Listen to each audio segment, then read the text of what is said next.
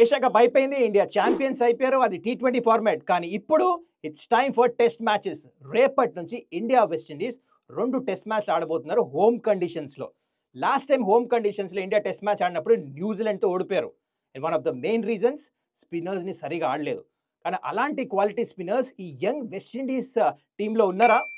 Will find out. And also India playing 11 ఎలా ఉండబోతుంది? Number 3 Sai Sudarshan, Padikkal, Rishabh Pant ప్లేస్లో ఎవరు ఆడబోతున్నారు? అండ్ ఆల్సో బౌలింగ్ కాంబినేషన్స్ ఎలా ఉండబోతున్నాయి? మన తెలుగు అబ్బాయి నితీష్ కుమార్ రెడ్డికి ప్లేయింగ్ 11 ఆపర్చునిటీ దొరుకుతుందా? అండ్ కండిషన్స్ ఎలా ఉండబోతున్నాయి ఈ 2 టెస్ట్ మ్యాచెస్లో? అండ్ ఈ match preview, first test playing in Ahmedabad, అన్నీ మాట్లాడుకుందాం ఈ video.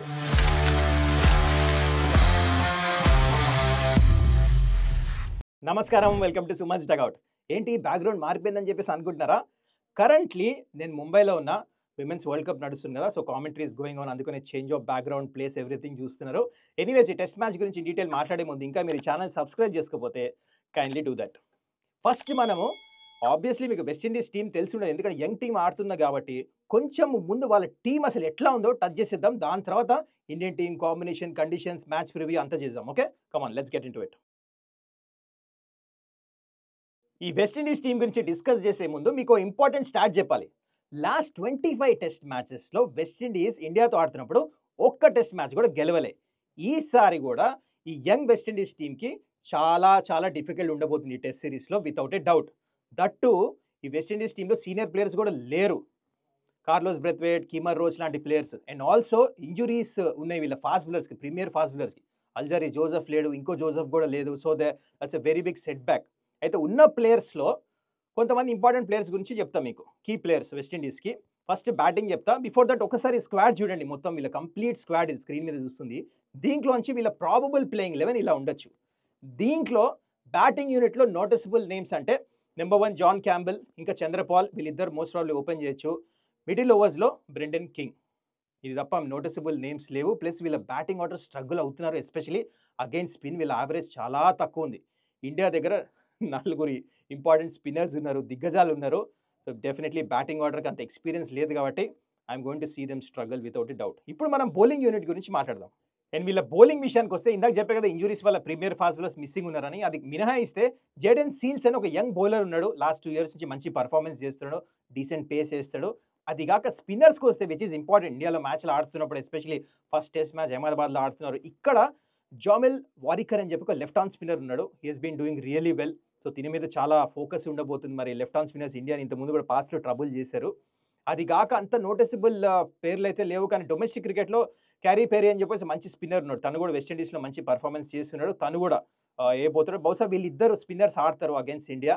So let's wait and watch మరి బౌలింగ్ కాంబినేషన్ ఎలా పనిచేస్తుంది ఇండియాతో. సో ఈ ఫస్ట్ టెస్ట్ మ్యాచ్ అహ్మదాబాద్లో ఆడుతున్నారు, నరేంద్ర మోడీ క్రికెట్ స్టేడియంలో. అండ్ పిచ్ విషయానికి వచ్చేస్తే జనరలీ ఇక్కడ 2 పిచ్లు ఉంటాయి. ఒకటేమో బ్లాక్ సాయిల్, ఇంకోటేమో రెడ్ సాయిల్. మరి చూడాలి ఏ పిచ్లో ఆడతారో. కానీ ఫస్ట్ ఇన్నింగ్ యావరేజ్ స్కోర్ వచ్చేసి లాస్ట్ 3 టెస్ట్ మ్యాచెస్లో ఇక్కడ ఇట్ ఈస్ అబౌట్ 270. అయితే ఇక్కడ జనరలీ టాస్ గెలిస్తే ఫస్ట్ బ్యాటింగ్ చేస్తామే బెటర్ అనిపిస్తుంది. And coming to the conditions also ఇక్కడ దృష్టిలో పెట్టుకోవాల్సింది, ఇండియా ఈ 2 టెస్ట్ మ్యాచ్లు హోమ్ సిరీస్ వెస్టిండీస్తో గెలుస్తాం. ఫుల్ పాయింట్స్ తీసుకోవడం చాలా ఇంపార్టెంట్ WTC సైకిల్.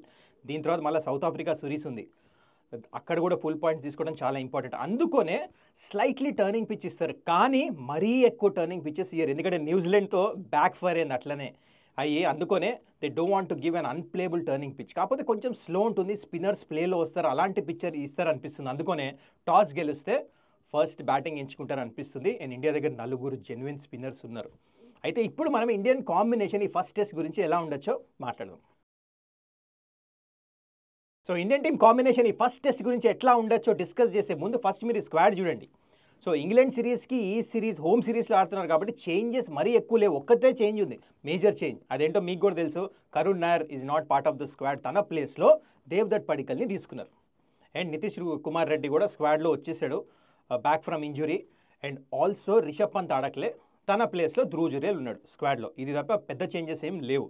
అయితే ఇప్పుడు ప్లేయింగ్ 11 ఎలా ఉండొచ్చో డిస్కస్ చేద్దాం. మీరు స్క్రీన్ మీద చూస్తుంది ఇప్పుడు ప్రాబబుల్ ప్లేయింగ్ 11. ఇది నా ప్రకారం ఇలా ఉండొచ్చు. దీంట్లో మేజర్ మీరు చూస్తుంది నెంబర్ 3 టాకింగ్ పాయింట్ ఎవరు ఉండొచ్చు అని చెప్పేసి. ఎందుకంటే ఐదర్ సాయి సుదర్శన్ ఆర్ దేవ్దత్ పడికల్, వీళ్ళిద్దరి నుంచి డిసైడ్ చేయాలి. కానీ I'm going with Sai Sudarshan, ఎందుకంటే ఇంగ్లాండ్ సిరీస్లో డీసెంట్ బ్యాటింగ్ చేశాడు. అండ్ లెఫ్ట్ హ్యాండర్ స్పిన్నర్స్ని చాలా మంచిగా ఆడతాడు. Maybe Devdutt Padikkal has to wait, otherwise lower ఆర్డర్లో కూడా ఆడిపించచ్చు. Will get to that. కానీ రైట్ నో నెంబర్ 3 నాకు అనిపిస్తుంది సాయి సుదర్శన్. అండ్ దాని తర్వాత మీ అంతా బ్యాటింగ్ ఆర్డర్ అంతా సెట్ ఉంది తెలుసు. ఓపెనర్స్ మొత్తము జైస్వాల్ కానీ కేఎల్ రాహుల్ కానీ, నెంబర్ 4 ఇండియన్ కెప్టెన్ గిల్ వస్తాడు. దాని తర్వాత రవీందర్ జడేజా రావచ్చు, దాని తర్వాత ధ్రువ్ జురేల్ రావచ్చు వికెట్ కీపర్. దాని తర్వాత టాకింగ్ పాయింట్ అంటే ఇక్కడ నితీష్ కుమార్ రెడ్డికి ప్లేయింగ్ 11లో ఆడతాడా లేదా అని చెప్పేసి. అయితే నితీష్ కుమార్ రెడ్డి ప్లేయింగ్ 11 ఆడితే అడ్వాంటేజ్ ఏంటంటే ఇంకా తను ఎట్లయినా ఫాస్ట్ బౌలింగ్ వేస్తాడు కాబట్టి మీడియం పేస్, తను ఆ సెకండ్ ఫాస్ట్ బౌలర్ కింద యూజ్ చేసి ఆల్రౌండర్ కింద ఒక్క ఫాస్ట్ బౌలర్స్ని ఆడిపించి 4 స్పిన్నర్లు ప్లేయింగ్ 11లో ఆడిపించచ్చు అనమాట. ఇది ఒక టాకింగ్ పాయింట్. మరి మేనేజ్మెంట్ ఇది చేస్తుందా లేదా చూద్దాము. నన్ను పర్సనల్గా అడిగితే సిరాజ్ ఇంకా బూమ్రా నుంచి ఒక్కరిని ఆడిపిస్తే బెటర్. ఐ థింక్ బూమ్రాకి రెస్ట్ ఇవ్వచ్చు, ఆల్రెడీ ఏషాక పాడేసి వస్తున్నాడు. అండ్ తనకు రెస్ట్ ఇచ్చి మేబీ సిరాజ్తో బౌలింగ్ వేయించి ఇక్కడ క్లియర్లీ మన నితీష్ కుమార్ రెడ్డిని ప్లేయింగ్ 11లో ఆడిపిస్తే అప్పుడు 4 స్పిన్నర్స్ ఇంక్లూడింగ్ అక్షర్ పటేల్ని ఆడిపించచ్చు.